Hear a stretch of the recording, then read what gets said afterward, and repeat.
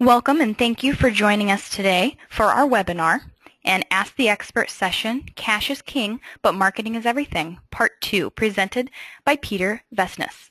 With over 30 years experience in the financial industry, Peter is the CEO and founder of ProfitC Incorporated, a financial software service for financial professionals, CPAs, and pro advisors. ProfitC is an all-in-one financial analysis and budgeting software from seasoned financial experts. ProfitC helps business owners and financial advisors alike gain powerful insights to manage cash flow, grow profitability, and increase valuation. Immediately following this webinar, log into iShade.com and click on the Ask the Expert tab. There you will find a link to the discussion where you can ask Peter your specific marketing questions in this online Q&A session from 3 o'clock to 3:30 p.m. Eastern Time. Peter, thank you for joining us today. I'll turn it over to you here. Thanks so much. Well, welcome to everyone. Nicole, can they all see my screen now? Yeah, I believe so. It's fabulous. Well, first of all, welcome to all of you who were part of Part 1 on Cash is King, but Marketing is Everything. And for our new guests, please visit the iShade website to go historical to see it, or you can visit myprofitc.com, where we also keep a record of all these things. At any rate, very, very excited to be back with you. The last time I talked to you, it was a couple of months ago, but I was in Australia and just got back. So, all right, so remember, this whole presentation I'm trying to build here, which was Cash is King, but Marketing is Everything, came out of a business that I was trying to help, where they desperately needed some financial assistance. The gentleman that we brought in for being the chief financial officer was really pounding on the desk, helping the principals of the company understand they couldn't spend faster than they generated income. Cash was really king. But the head of marketing said, yes, cash is king, but marketing is everything. And so part of today is predicated on helping everybody understand why in most accountancy firms, most CPA firms, marketing is really the weak sister, and why this is so critical to learn. And so just kind of we're going to do a slight review of the last one, just to bring everybody up to speed. And the first is the real definition of capitalism. I found this fascinating. I travel around the country quite a bit. I'm in and out of Washington, D.C. quite a bit. I've been privileged to know people that are involved in managing and running the nation, not always particularly well. But I've always asked them the definition of capitalism, and very few people could give me the answer. But in fact, capitalism is pretty simple to understand, and that is it's an economic system of barter in which all the trading partners believe they receive equal or greater value for what they give up. And frankly, that believe being the hidden word is important, because if you don't believe in the value of your trades, neither will your clients. Are all of your trades based on your own accepted value of what is the value of the trade? I've heard people apologizing for what they want to charge for their services. Well, that's silly. You have to believe in the value of your own trade. I was paid very, very handsomely for what I did over the years, but I also knew that the value was there because I could absolutely measure it by rate of return, profitability, financial stability. You have to really believe in the value of your trade. The other thing is that, you know, along the way, have you ever been cheated in a trade? Anybody that's been cheated in a trade, whether it was some bully who wanted your, you know, super cool football trading card, or as a kid, or whether it was really being cheated in a trade in a retail store that went out of business, or an automobile, you bought something. I think we all remember being cheated in a trade for a lifetime. It's really, really important to understand that those are the things that create buyer dissatisfactions, and the bad taste lasts for a long time. Now, the interesting thing about capitalism is that it's instinctive, and it's not a theory. We were beginning to think in terms of trading stuff when we were very, very little, and negotiating for which toy we wanted to play with, or whether somebody had some other thing that we wanted. Young ladies used to barter Barbie doll clothes. There's all kinds of things that happen in this concept that it's really instinctive in us. But it is, when you try to take away the ability to trade, you have terrible consequences. That was why things like capitalism works and communism does not. It results in all the trade being taken away from the individual. Collectivism does not work, and it basically resulted in self-medication through vodka. Socialism has the same problem because it tries to enforce a certain amount of trades on a number of people, and eventually you get what Maggie Thatcher talked about, which is at some point socialists run out of other people's money to spend. Now, so why is this valuable for us in terms of understanding marketing? Because marketing is the way that we are going to help others understand the value of the trade with us. Now again, for accountants, for CPAs, we just don't think that way, right? Well, they've got to do their taxes, they have to do this, and it's kind of like it's non-negotiable, death and taxes, they aren't going away, but it's actually very, very critical. So if cash really is king, why is marketing everything? Now again, I've always heard explanations of people in marketing as liars, born liars, and marketing directors, right? Well, keep in mind, the big marketing firms, the advertising firms, the public relation firms, they're basically trying to shift their beliefs. But it's certainly the thing that supports NFL football on television. It's the thing that basically drives most of the mass media. It's an intrinsic part. The whole idea of packaging, presenting, and trying to influence decisions based on people's beliefs is a critical element of what goes on in any business. Without trust in the value of the trade, there is no cash. So it's all well and good to say, okay, we got to control cash, we have to contain costs, we have to increase margin, we'll worry about how to take care of the taxes when we hit fourth quarter. I mean, that's all really, really good. But if the business, whether it's your practice or your clients' businesses, don't really have a perception of value in the trade, there is no cash. It's really important to understand that marketing is made up of far more than advertising and public relations.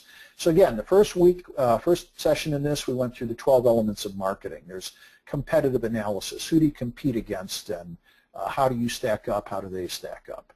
What's the competitive advantage? What do your competitors have as an advantage? What do you have as an advantage? What's the differentiation? What makes you unique? What creates the little extra edge for you? Messaging. How do you package what you're doing? Mission, vision, value statement is part of messaging. Elevator statements are part of messaging. Compelling stories are part of messaging. Branding and image. Do you have a logo? Do you have an ID? Do you have a tagline? What does it look like? Is it prominent in your physical practice? Public relations. That's essentially other people saying you're wonderful, not you saying you're wonderful.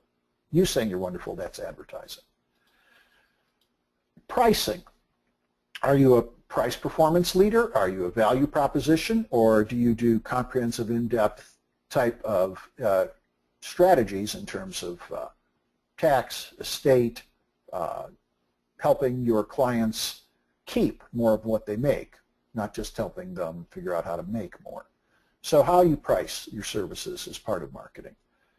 What are the sales strategies? What are the techniques? What types of marketing do you do? Promotion. A lot of times people really love promotion. You're going to give them the little coffee mug with your logo on it. Merchandising. These are tchotchkes. You're sending a little pen along with your logo. Event management. Do you hold events? Is the event itself a promotion? Are you offering something? All these things are elements in marketing. Now, obviously, it's a lot of different tactics and strategies, but today what I'd like to do is just cover messaging. Now, in the coming sessions that I do, because I'm very grateful, iShade has asked me to speak every month, we will continue to go through some of these other elements in messaging. But what I'm hoping is that either by the notes you're taking, obviously we share the PowerPoints if you request them, And certainly by being able to go back onto iShade or myprophecy.com, you can watch these things again. We're hoping that through this, you actually are building yourselves a very, very powerful marketing strategy that you implement into your practices. But today we're going to cover specifically messaging. So messaging really is the most important part of everything. I want to start with mission, vision, values. Okay? So what are mission, vision, values? Well, your mission is essentially what are you focused and dedicated to? What's the underlying purpose of what you're doing with your business? So, for example, when we started the software company, Prophecy, we had a very simple mission statement, and that was to rebuild the global economy one small business at a time. That was the purpose we've dedicated ourselves to. Well, that sounds kind of like a BHAG, a big, hairy, audacious goal. It is, but we very, very deeply believe that that's what we're trying to do. How are we trying to do it? In the over 3 decades of working with businesses of all sizes that I've been engaged with, whether that was from a platform or whether it was through consulting or whether it was through companies that would visit us for multi-day workshops, it's been tens of thousands of companies I've been privileged to touch. The one thing I became persuaded of is that the weakest discipline for them was fiscal and asset management. Now think about it. Do your business owners look at their profit and loss statement? I mean, most of them measure their profitability or whether they're doing well or not by how much cash is in the checkbook. Business owners, if you told them, do you look at your P&L statement? Yes. What is it telling you? They will say, well, it's telling me whether I made money or lost money. When in fact, that is not true. The P&L statement does not tell you whether you're making money or losing money. Does the owner pay themselves on a loan from the company? Well, that doesn't show up in the P&L statement. As a matter of fact, it's even hidden in the balance sheet because it's showing up as an asset because it's money the company has loaned expecting to get it returned till you reconcile at the end of the year. Let's say they have business loans or car loans. The principal on those things don't appear on the P&L statement, just the interest payments. The balance sheet isn't even showing them as an expense. It's showing them as a reduction in liability. So trust me, they don't even understand what the P&L statement tells them. And you say balance sheet, their eyes kind of get glazed-eyed. You say, you know, what we really have to do is a triple cash flow analysis, or some areas of the country and the globe call it balance sheet forecasting, and they start to look dizzy when it's really telling them what their real cash position is, but more importantly, as a projection of balance sheet forecasting, whether they're going to go broke or not. They have no idea. So for me to say our mission was to rebuild the global economy one small business at a time was something I feel very passionate about, because the purpose of our software tools is to help them with the fiscal management of their companies. Not just their tax issues, not just their audit issues. Do they know how to proactively fiscally manage their businesses? Which is why we just, the product is white labeled and it's only distributed through CPA firms globally now. So the mission, it was very, very easy for us to construct a mission. Can you construct a mission that you believe is the purpose of your company? And it could be things as simple as the purpose of our CPA firm is to provide our business and consumer clients a sense of trust and peace that their tax issues are managed in such a way that they get to keep as much as they make, that they are not put into a risk situation with the government, and that we provide them enough understanding of their financial situations that they have peace of mind in their day-to-day lives. Even if it's something as simple as that, it has to be something that everyone in your company can band around. So that's a mission statement. Who do you serve? What is it you're doing for them? And why is it the value? What is the value that is being provided to the people that you serve? That's a mission statement. Vision. The vision is, what is it that we're trying to accomplish and how is it we're going to do it? Okay, so for us, because the mission statement was rebuild a global economy, one small business at a time, our vision said our objective is to reach people in accountancy and people in business value-added services across the global free market nations while providing the types of efficiency and technology support that allow them to have their businesses prosper. We do this through the use of advanced technology. We do it through boots on the ground in each of the locations. We do it through an extremely high deal of attention to a quality experience with them, their clients, and our other trading partners. That's the vision. That's what we're trying to accomplish. So, what is your vision? How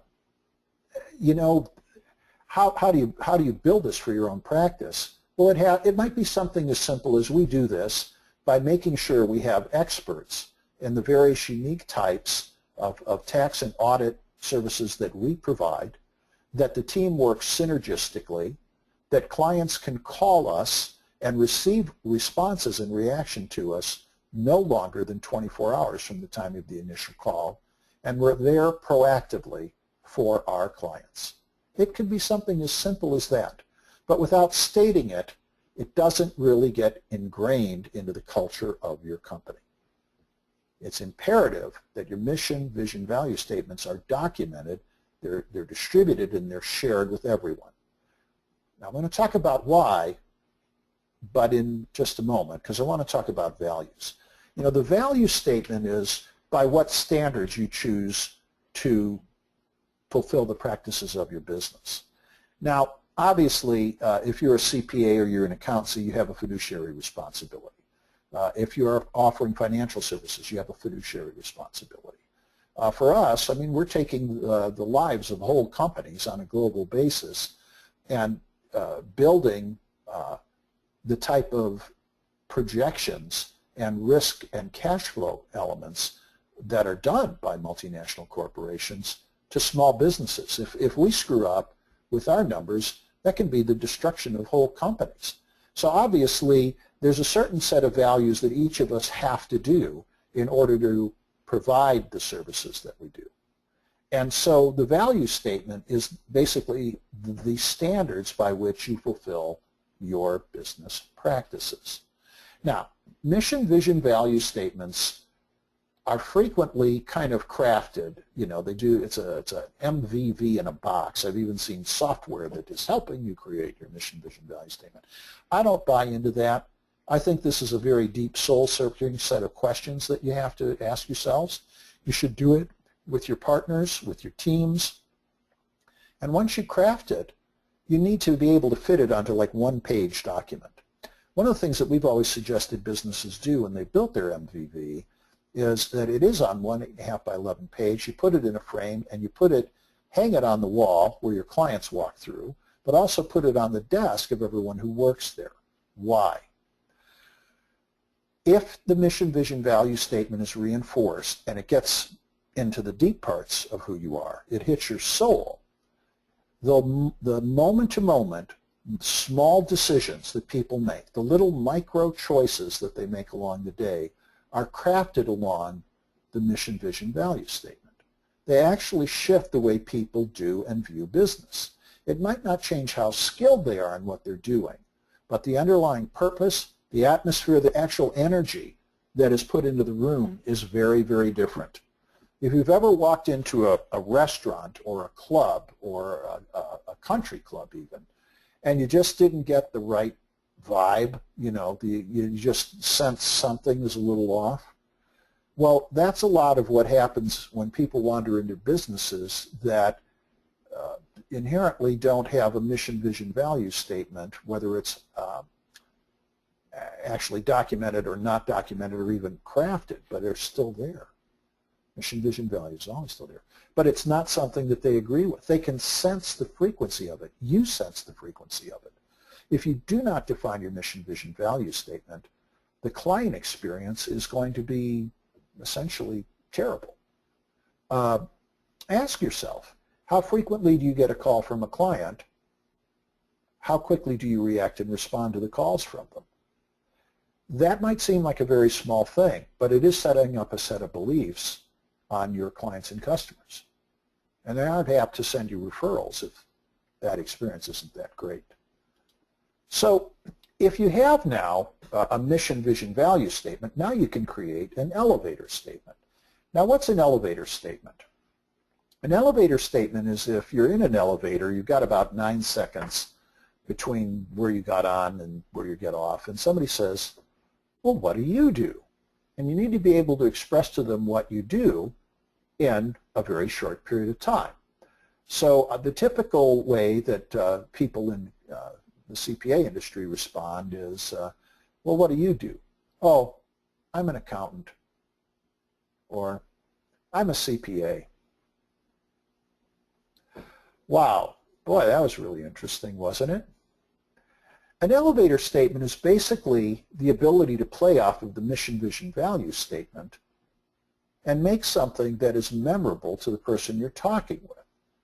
So let's rewind. Hi, Peter, what do you do? I'd say, I'm the luckiest person in the world.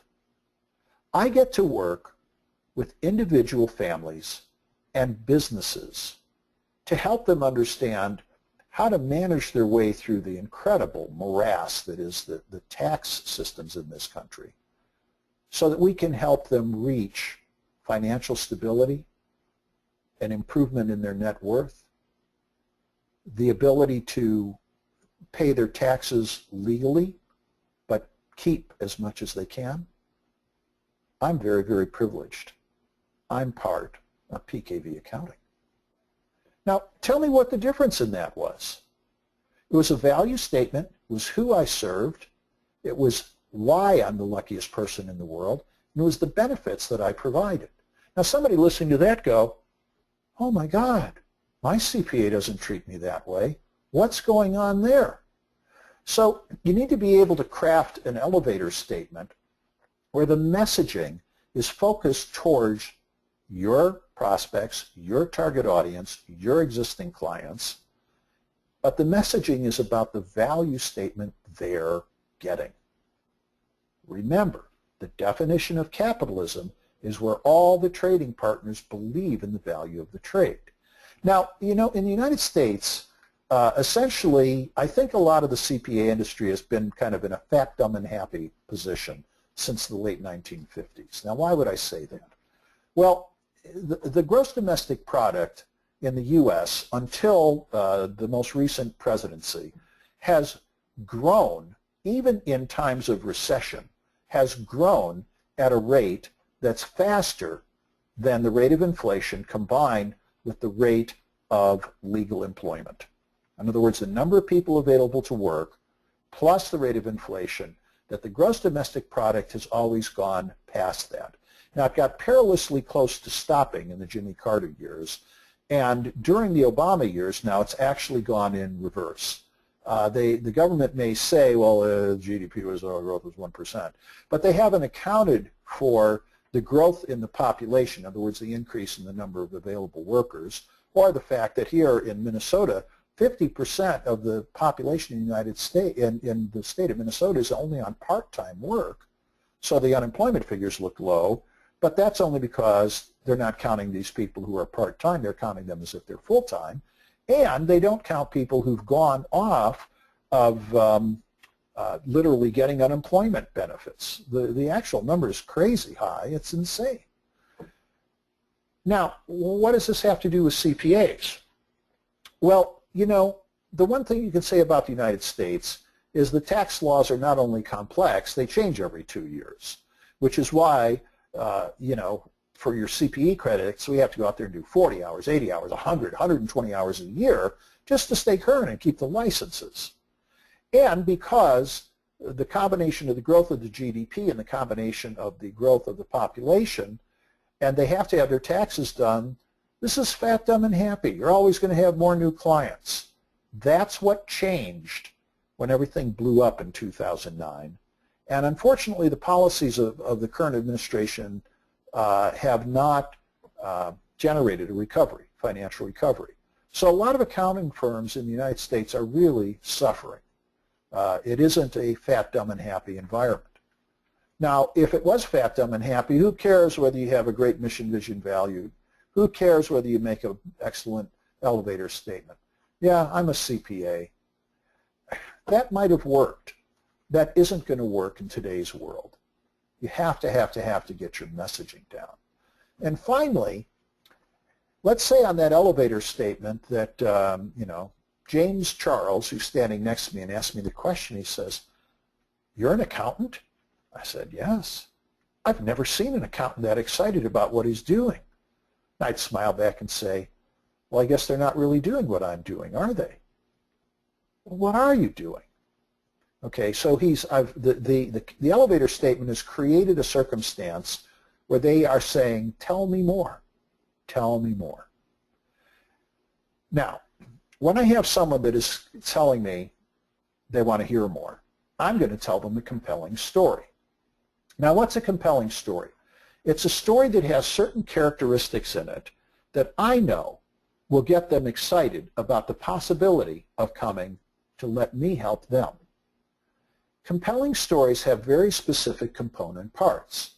The first component part of a compelling story is the situation. I have to take an actual experience I've been through and say, we had this situation.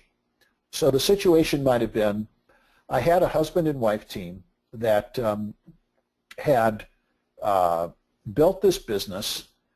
They went through a succession strategy. They sold it to the employees through an employee stock option program. They cashed out in 2 years, and then all of a sudden the two principal people that were running the company that was being acquired wound up in an accident, and one was disabled and the other died. And a lot of the annuitized money they were expecting for their retirement came as a result of these two running this business. That's the situation. So the next part of the story is the opportunity. These people were very frightened. They came and talked to me, what can we do? So we set up some options. We talked about, well, it would be possible for you to come in and help them find successors. Would it be possible for you and to actually come back and manage the company for a bit until you could find someone to replace you? So we took the situation, we looked for the opportunities. And from that, in talking through these opportunities, they decided that the two of them would go back to work for about 3 months on a full-time basis and then cut back to half-time and actually help with replacements in the business. And finally, because we've shown what the actions are, then the last part of the story is the results. And the results were they wound up being able to fulfill the company wound up being able to fulfill all of the requirements on the buyout over the 9-year basis that it was built on. We put them in a great tax situation. We actually increased their wages. We were able to do. So what I did was I took something that happened and I created a compelling story out of it by giving a situation, an opportunity, a decision, an action, and a result. And again, the benefit was all to my clients. So Mr. Charles, who's standing there looking at me, you can imagine the reaction he's getting. Oh my goodness. Now I understand why he said, I'm the luckiest guy in the world. So what have I done? By crafting a mission, vision, value statement, by learning an elevator statement, and by having a couple of compelling stories, in a casual visit, I wound up landing a $40 million a year business that now we're doing not only tax and audit, but advisory practices for on the 6 principals that manage the company, along with a retainer for $2,500 a month for reporting processes on fiscal management. And why was that? Because I believed in my mission, vision, value. I understood that messaging was critical. I made the elevator statement, and I crafted a compelling story. So I cannot overemphasize to you how critical messaging is. A lot of times messaging is not only the most important part of everything, messaging has to do with relationships. Your team, your employees. Most people, I don't think, get enough attaboys. They don't get enough, you really have done an incredible job. They don't hear enough, I can't tell you how much I appreciate you being part of our company. Relationships require a lot of affirmation. Internally, they require a lot of affirmation. But with your clients, it's much more than you think.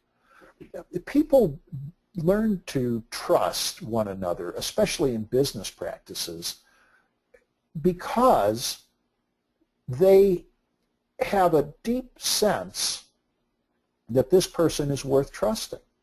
Now, think in terms of the fact that these people trust you looking at their money, right? What did Mother say not to talk about? Mother said don't talk about politics, religion, or money. And they're coming in and talking to you about their money. But one thing I have found in all the years that I've done these type of services, to really get a deep-seated lifetime trust with someone, not just about their business, because I'm going to come in and change the business as the consultant, but to really trust me on a very core level so that the casual things we share become important to them.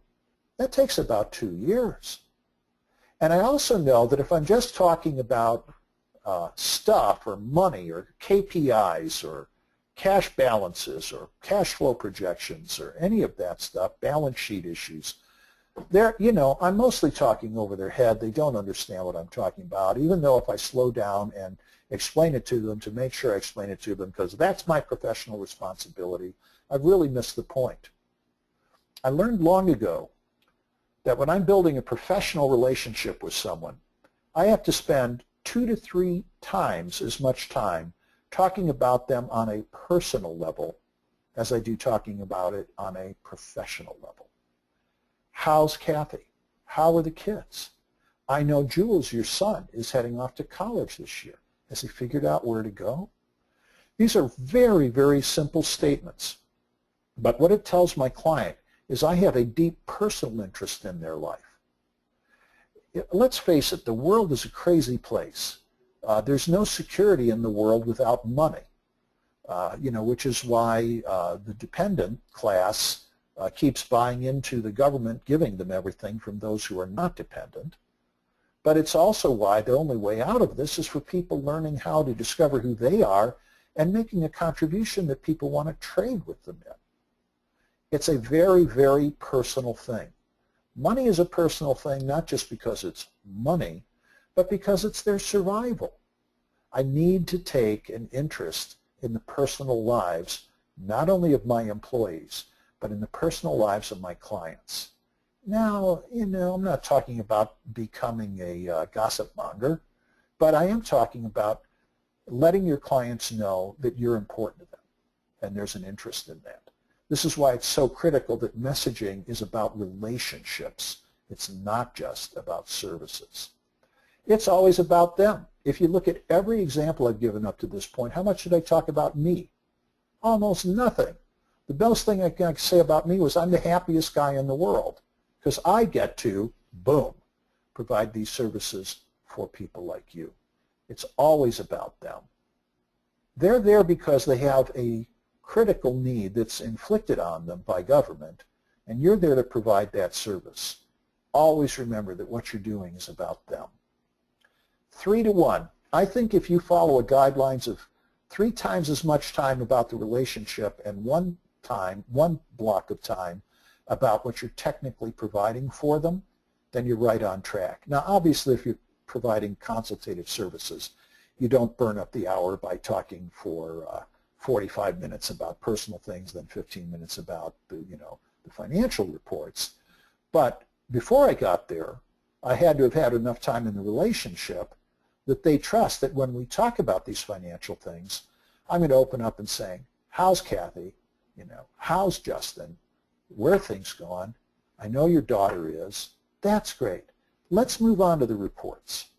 I have to do that. They have to have this experience that there's a trust and relationship on their side. Is this marketing? Absolutely.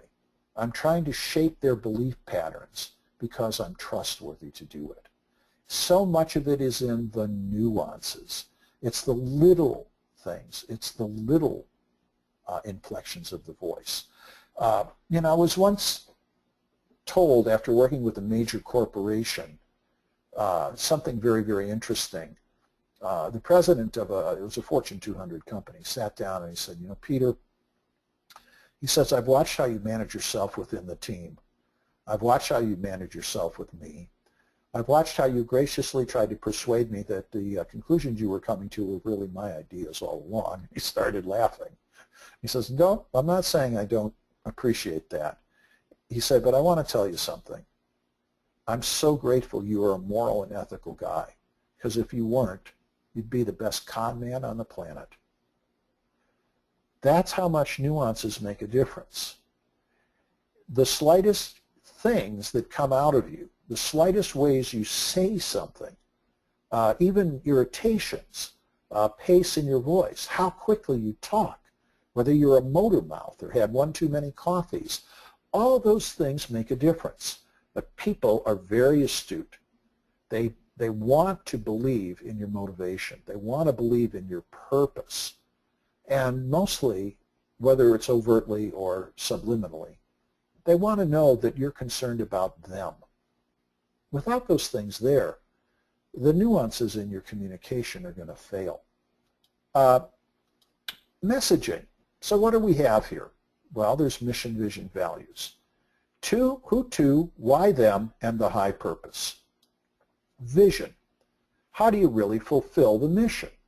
Again, for our part, we've now opened offices, we're about to open offices in Australia.